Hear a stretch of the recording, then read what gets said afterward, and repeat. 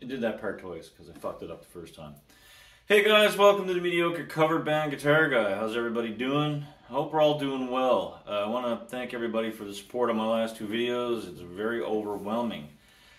Also, I keep saying sometimes that it's up to you if you want to subscribe to the channel. It is, obviously. I have no control over that. It's great to have you here, even if you don't subscribe, but the old guy here would appreciate a subscribe if you got the time and the room on your YouTube. So, today I want to talk about something that, because we've done mental health videos, we've done pretty much everything about playing, self-esteem and everything. But let's get to the root of it. Like, what do you use to measure your own progress, your own playing? Like, what do you compare it to? Or where do you find, the yardstick to measure it? Is it YouTube? Is it Facebook? Is it Instagram? Is it it's great and everything. You can find a 16-year-old who's shredding his ass off, but he's probably spent 6 weeks, 6 hours a day trying to get that video up. Or he's playing along to a backing track and he's not actually playing it live, or they're not actually playing it live. Do you know what I mean? So it's great to look at this and go, wow, that's what I aspire to be.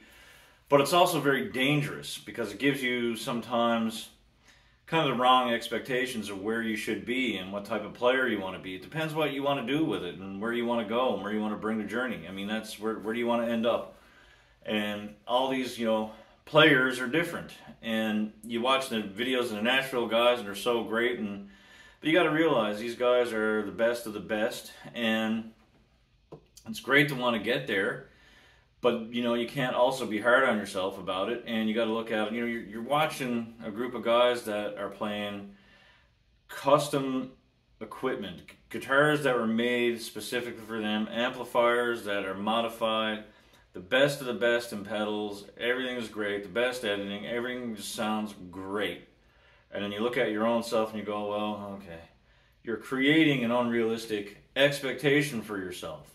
It's kind of like watching porno in the 80s, If you're delivering a pizza now and you're after watching an 80s porn, do you really expect someone's going to pay for like a $19 pizza and order garlic fingers with sex? No. Do you think if you go to the dentist and your dentist is a female dentist while she's like doing a root canal, she's going to fiddle with your giggly bits? No, you're going to get fucked when you get your invoice, right? Your bill. So going down these rabbit holes with YouTube is great. It's great for learning. It's great for finding out things and all that. But it can also be dangerous when you're comparing yourself to those players. If you want to compare your own progress and your own success, look at where you were 6 months ago. Look at where you were a year ago. Look at what you could do then. Look at what you could do now. Look at what you couldn't do 10 years ago that you're doing now. You went from starting off in the bedroom, now you're playing gigs. You started off learning the solo, Here I Go Again, and it was complicated, and you didn't ever think you were going to get it, and now you can play with your eyes closed. Those are the things you have to do, and I guess that's sort of self-expectation, where you're learning from yourself. And always keep that in mind. That's what you got to do. You got to learn and learn and learn. You got to soak up everything around you and implement it, no doubt. And that comes from years of work and whatever. So you also got to realize that it's not going to happen overnight. Some guys will say, "Oh yeah, I was a natural, blah blah blah." Yeah, that's great. Some because they fucking put in 20 hours a day playing guitar. Practice, right? That's the number one key. When people say, "Oh, you must be really talented," and because it was a thing I read somewhere, and the person kept responding, "No, practice, practice, practice." But anyway, that's what I just wanted to say. Don't build your expectation by what somebody else is doing, right? It's like the old cliche adage, if Bill jumped off a bridge, would you jump off a bridge? That stuff, You can't expect that you're going to be like Guthrie Trapp tomorrow, right? He's a phenomenal player. He's a Nashville guy. He's been at this for so many years. He lives and breathes his guitar.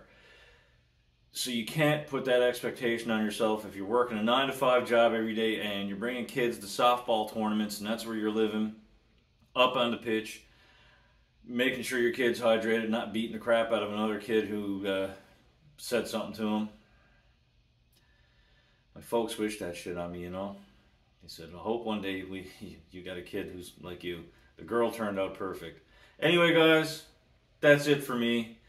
Once again, thank you for the support. Let's keep it going. Please give it a like and a subscribe.